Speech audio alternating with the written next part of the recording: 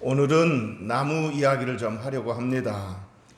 나무는 성경에서 나무는 인간의 타락과 구원에 밀접한 관련이 있습니다.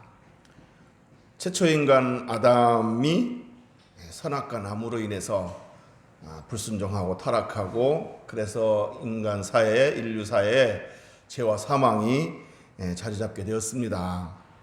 하지만 예수 그리스도께서 십자가 나무에 달려 돌아가심으로 인해서 또 죄와 사망에 빠진 사람들이 구원을 얻을 수 있는 길이 열리게 되었습니다.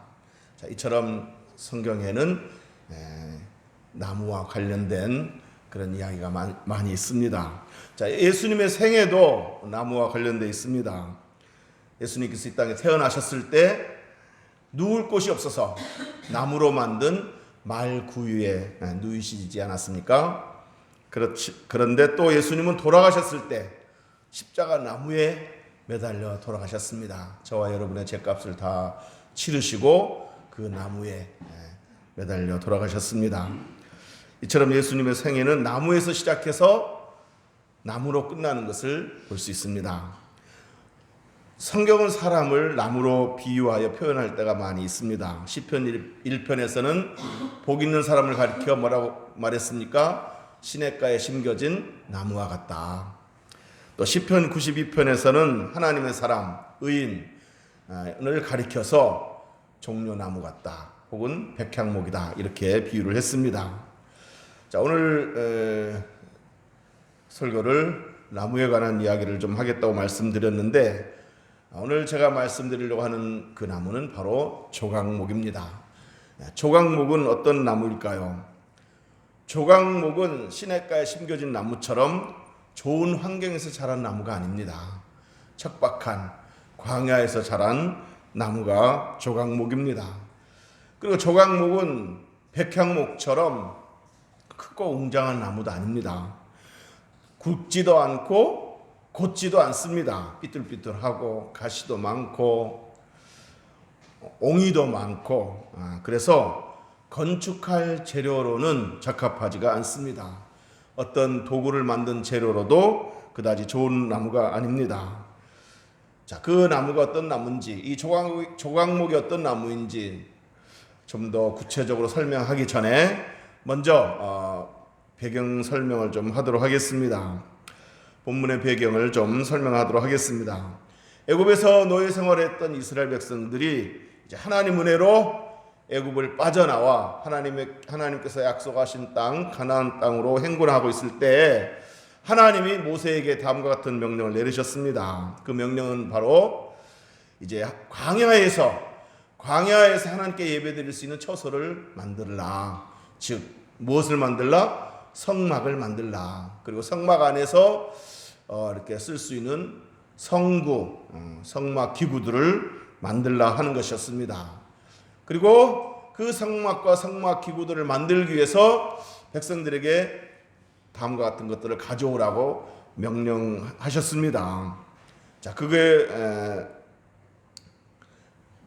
그게 뭔지 우리 1절 한번 읽어보겠습니다. 1절 여호와께서 모세에게 말씀하 이르시되 이스라엘 자손에게 명령하여 내게 예물을 가져오라 하고 기쁜 마음으로 내는 자가 내게 바치는 모든 것을 너희는 받을지니라. 아멘. 예물을 가져오라 이렇게 모세에게 이제 이스라엘 백성들로 하여금 가져오도록 모세에게 명령하셨는데 여기서 예물은 뭐겠습니까? 이제 성막이나 성막 기구에 쓰게 될 재료들입니다. 그런 것들을 가져오라고 시켰는데 하나님이 이 명령을 하면서 이런 단서를 붙이셨습니다. 기쁜 마음으로 내는 자가 내게 바치는 모든 것을 너희는 받을지니라. 그러니까 성막이나 성막 기구의 재료로서 쓰임받게 될 이 예물들을 가져올 때에 기쁨으로 가져오는 자의 그 예물을 받으라. 다시 말해서 그냥 이렇게 아까운 마음으로 그리고 망설이면서 주저하면서 이렇게 가져온 예물은 받지 말라 그런 얘기입니다. 오늘날 저와 여러분도 하나님 앞에 예물을 드릴 때 많든지 적든지 기쁨으로 감사하는 마음으로 드릴 수 있기를 주의 이름으로 축복합니다. 하나님은 많든지 적든지 기쁨으로 감사하는 마음으로 하나님 앞에 즐거운 마음으로 드리는 자를 기뻐 받으신다고 그랬습니다. 아무리 많이 드린다 하더라도 아까운 마음으로 인색함으로 드린다면 하나님은 받지 않으신다고 그랬습니다. 오늘 본문의 3절에서 7절까지 보면 하나님께 드릴 예물의 품목들이 나열되어 있습니다. 여기에는 금도 있고 은도 있고 놋도 있고 각종 보석도 있습니다. 그리고 실, 털, 가죽, 이런 향품 이런 것들이 있습니다. 자, 그런데 그 중에는 조각목이라는 나무가 있습니다. 이 조각목이라는 나무가 오늘 제가 여러분과 함께 나누고자 하는 그런 이야기의 주인공입니다. 아까도 말씀드렸듯이 이 조각목은 시냇가에 심겨진 나무처럼 좋은 환경에서 자란 나무가 아닙니다. 척박하고 황량한 그 물도 많이 비도 많이 오지 않는 그런 곳에서 자란 광야에서 자란 나무입니다. 그리고 백향목처럼 굵고 곧지도 않습니다. 삐뚤삐뚤하고 간을 이렇게 굵지도 않을 뿐만 아니라 곧지도 않고 삐뚤삐뚤하고 거기다가 가시까지 달려있는 그런 나무입니다. 그러니까 성막 재료로서는 이렇게 적합하지 않는 나무라고 할 수 있습니다. 자, 이 조각목은 시띠나무라고 하는 나무예요. 시띠나무, 광야에서 자라는 시띠나무가 조각목인데 왜 이 시띠나무를 조각목이라고 번역을 했냐? 이 조각목 그러니까 이런 생각이 언뜻 들 수도 있는데 뭐냐면 나무를 조각조각 내서 합쳐가지고 무슨 이렇게 건축 재료로 쓰지 않았나, 그래서 조각목이라고 하지 않았나, 이런 생각을 할 수 있는데 그건 아닙니다. 물론 이 나무가 굵지 않기 때문에 조각조각 모아서 이렇게 널판을 만들어서 벽을 세운다든지 이렇게 하기는 했지만 그렇다고 조각조각 냈다고 해서 조각목이라고 이렇게 번역한 건 아닙니다. 이 성경에서 시띠나무를 조각목이라고 번역한 이유는 중국에 조각자라는 나무가 있답니다. 조각자라는 나무가 있는데 이 조각자라는 나무가 성경에 나오는 시띠나무와 비슷해서 모양이 비슷해서 조각목이라고 이게 번역을 했다고 합니다. 그러니까 이제 오역을 한 거죠.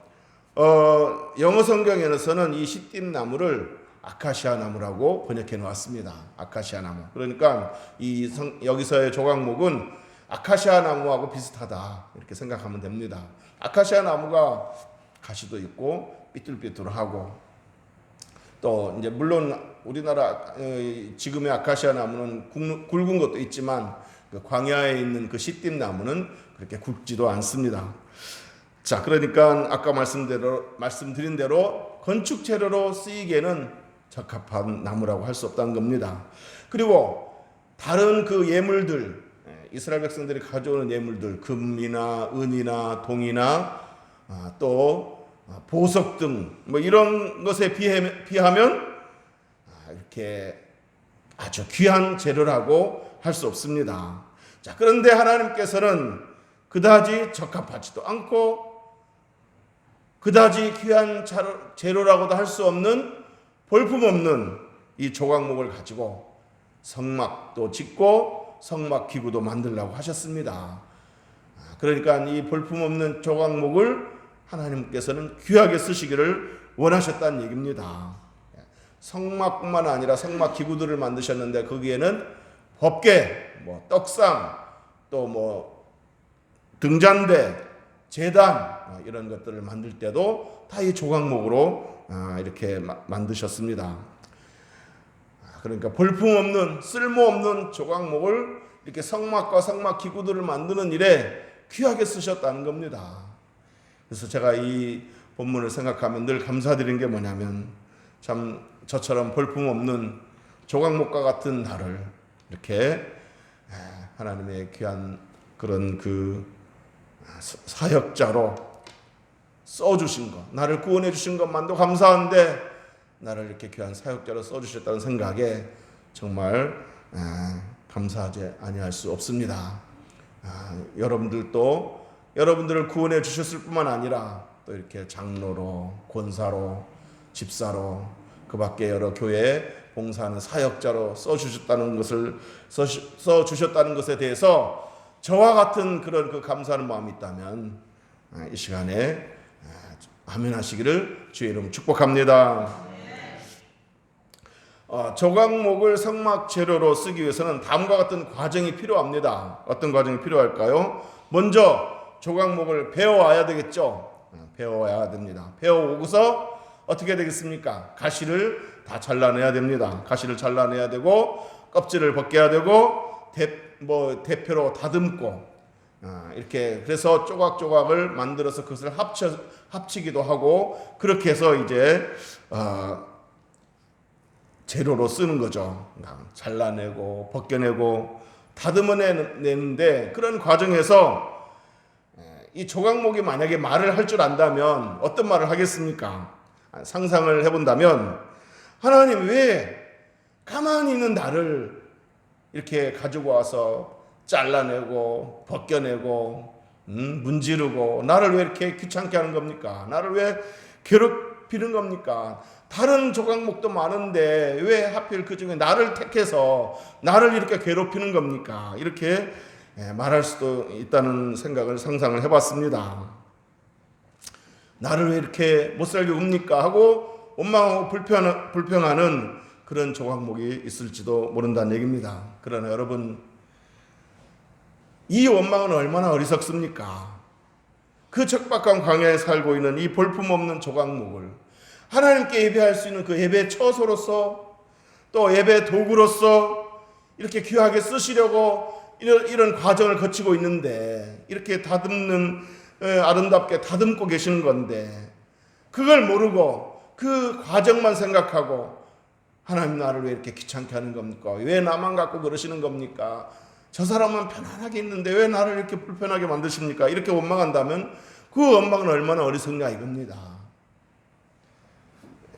여러분 가끔 이제 뭐 음식점이나 뭐 이렇게 또 집에 가면은 목공 작품들이 이렇게 딱 이렇게 세워져 있는 것을 보게 됩니다.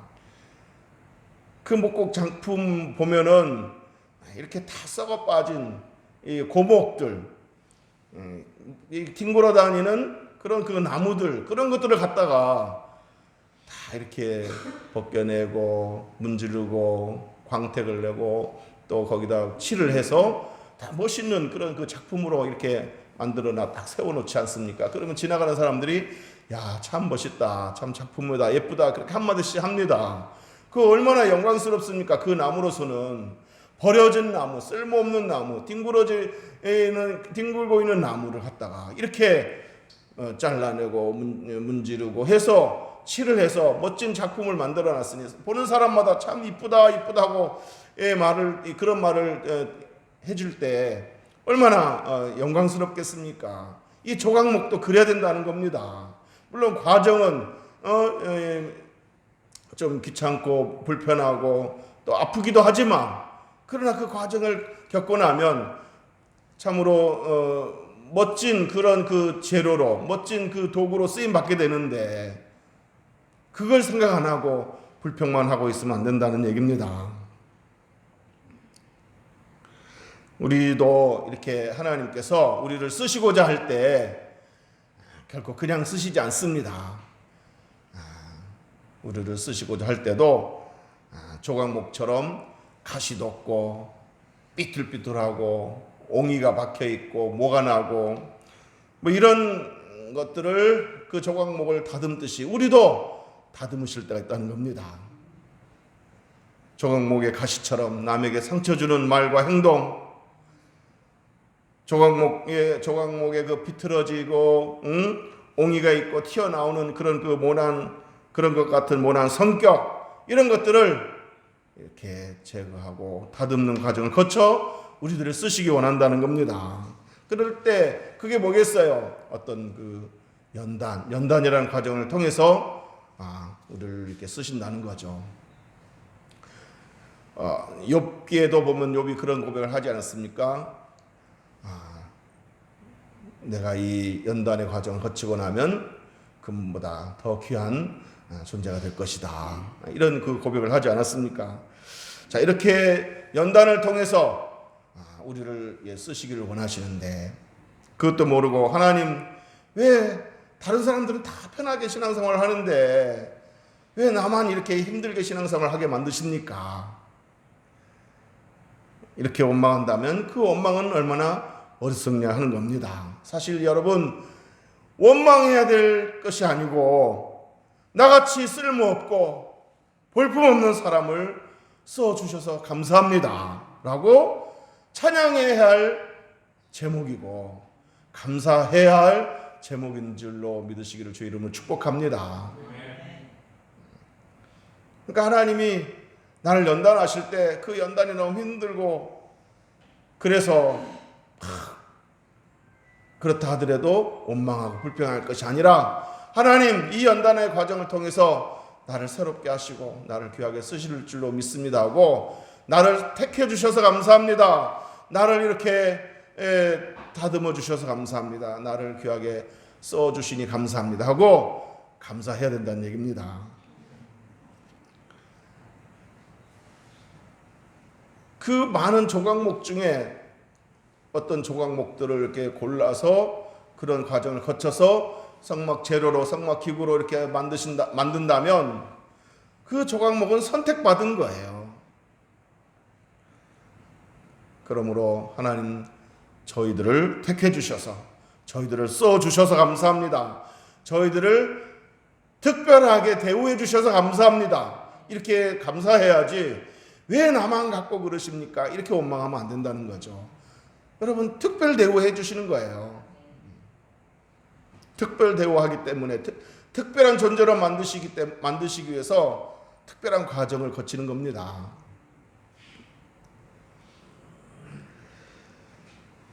그러므로 원망 대신에 찬송해야 되고 감사해야 되고 그리고 계속해서 기도해야 됩니다. 하나님, 저 아직도 더 다듬어 주셔야 됩니다. 아직도 뭐가 많이 나 있고 아직도 가시가 좀 남아 있습니다. 아직도 참 삐뚤삐뚤합니다. 저를 더 다듬어 주십시오. 오히려 더 다듬어 달라고 기도해야 될 줄로 믿습니다. 제 안에 있는 이 가시를 제거해 주옵소서. 이 가시 때문에 다른 사람의 상처를 받고 교회 공동체를 힘들게 하고 이 가시 같은 입술, 이 가시 같은 행동 때문에 우리 교회 공동체를 힘들게 하고 또 그러다 보니 나도 힘듭니다. 이 가시 같은 것을 제거해 주옵소서. 비틀어주고 원한 이 부분을 다듬어 주옵소서 라고 계속해서 우리는 기도해야 될 줄로 믿습니다. 그렇게 해서 주님이 쓰시기에 합당한 도구, 정말 아름답게 쓰임받는 도구로 성장하도록 기도할 수 있기를 주의 이름으로 축복합니다. 자, 그런데 여러분, 이 조각목을 가지고 성막이나 성막 도구로 만드는 과정 중에서 마지막 과정이 가장 은혜롭습니다. 마지막 과정이 뭔지 아십니까? 오늘 본문에 나와 있지 않지만은 출애굽기 25장 10절 11절 보면 조각목으로 궤를 짓되, 이 궤는 법궤죠. 법궤를 짓되 나중에 쭉 보면은 정금으로 그것을 싸라 그랬습니다. 금으로 입히라는 거죠. 안팎으로 싸라 그랬습니다. 그러니까 조각목을 잘라다가 또 이렇게 껍질을 벗겨내고 문지르고 그렇게 해서 이 조각목으로 기구를 만들면 나중에 그거 그대로 쓰는 게 아니고 금으로 안팎을 싸서 만들라고 그랬습니다. 출애굽기 25장 13절에도 조각목으로 채를 만들고 금으로 싸고, 출애굽기 25장 23절 24절에도 조각목으로 상을 만들 때, 이 떡상이죠, 정금으로 싸고 주위를 금태로 두르고, 또 출애굽기 26장 15절 혹은 29절에 보면 조각목으로 성막을 위하여 널판을 만들어 세우되 그 널판들을 금으로 싸고, 성막 벽을 이루는 그 널판이 다 조각목으로 되어 있습니다. 그런데 그 조각목으로 만든 그 널판을 마지막에 어떻게 하라고 그랬습니까? 금으로 싸고. 출애굽기 26장 32절에 보면 네 기둥을 조각목으로 만들고 금으로 싸서, 기둥도 그렇게 하라고 그랬습니다. 출애굽기 30장 1절 3절 보면 분향할 분향단을 조각목으로 만들되 또 단 상면과 전후 좌우면과 뿔을 정금으로 싸라 그랬습니다. 얼마나 영광스럽습니까? 광야에 볼품없는 그 조각목을 갖다가 이렇게 과정은 힘들었지만 마지막에 금으로 탁 싸서 성막으로 또 성막 기구로 이렇게 쓰임 받게 되니 얼마나 영광스럽습니까? 그 투박하고 거칠고 모나고 볼품없는 조각목의 모습은 다 사라졌습니다. 왜? 금으로 다 쌓였기 때문에. 조각목의 그 부정적인 이미지는 이제 보이지 않습니다. 사랑하는 성도 여러분, 죄와 허물로 가득한 저와 여러분을 금보다도 더 귀한, 은보다도 더 귀한 예수 그리스도의 보배로운 피로 우리를 씻어주셨습니다. 그리고 조각목처럼 거칠고 모나고 비틀어진 저와 여러분을 성령의 기름 부음으로 덮어주셨습니다. 볼품없고 쓸모없는 저와 여러분에게 하나님의 자녀, 하늘나라 시민권이라는 고귀한 신분을 허락해 주셨습니다. 조각목처럼 볼품없는 저와 여러분에게 하나님의 은혜와 영광의 광채로 이렇게 덧입혀 주셨습니다.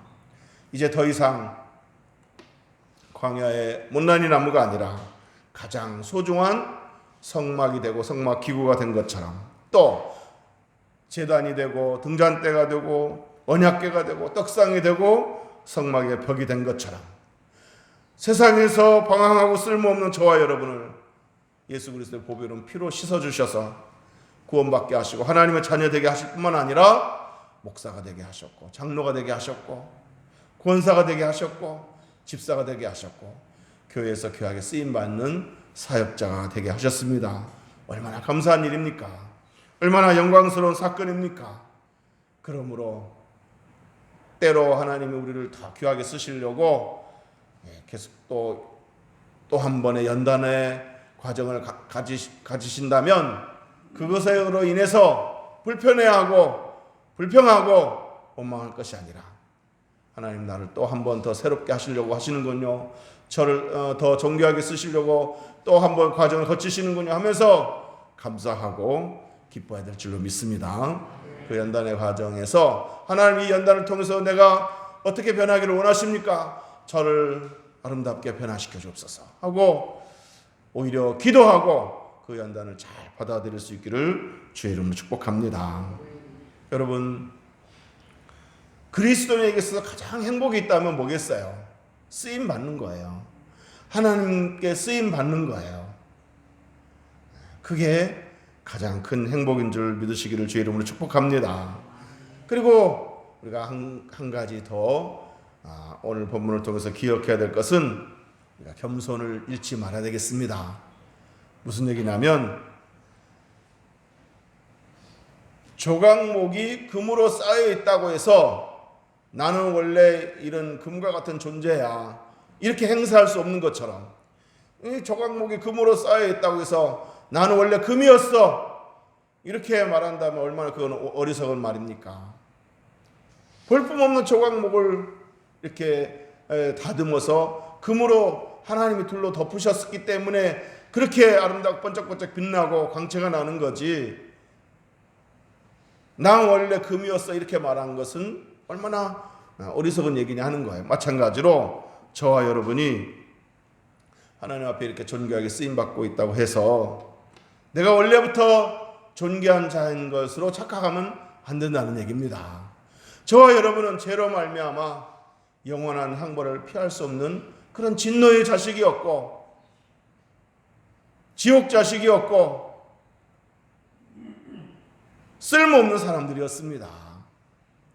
그런데 저와 여러분을 이렇게 택해 주시고 주의 보혈로 씻어 주시고 성령의 기름 부음을 입혀 주시고 또 하나님이 이렇게 연단하셔서 이렇게 존귀한 사역자가 된 것을 인해서 그걸 꼭 기억하시고 항상 겸손함을 잃지 말아야 되겠습니다. 그래서 저나 여러분이나 어떤 일들을 감당했을 때 그것으로 인해서 어떤 큰 일을 감당했다고 해서 교만해서는 안 되겠습니다. 하나님이 이렇게 나를 존귀하게 쓰신 것에 대해서 하나님께 감사해야지 원래 내가 그렇게 존귀한 자인 것처럼 착각하고 교만해서는 안 되겠습니다. 나를 지으신 이가 하나님, 나를 부르신 이가 하나님, 나를 보내신 이도 하나님, 나의 나 된 것은 다 하나님의 은혜라. 믿습니까? 나의 나 된 것은 하나님 은혜라. 사도 바울도 그렇게 고백하지 않았습니까? 나의 나 된 것은 하나님의 은혜라. 저와 여러분이 이렇게 구원받고 하나님의 자녀 되었고 교회에서 이렇게 귀하게 쓰임받게 된 것은 전적으로 내가 잘나서 그런 것이 아니고 하나님의 은혜다라고 고백하면서 항상 겸손함을 잃지 않고 감사하는, 그래서 더 나 같은 자를 이렇게 써주시다니 하면서 더 기쁜 마음으로 봉사하고 감당하는 저와 여러분 되시기를 주의 이름으로 축복합니다. 기도하겠습니다.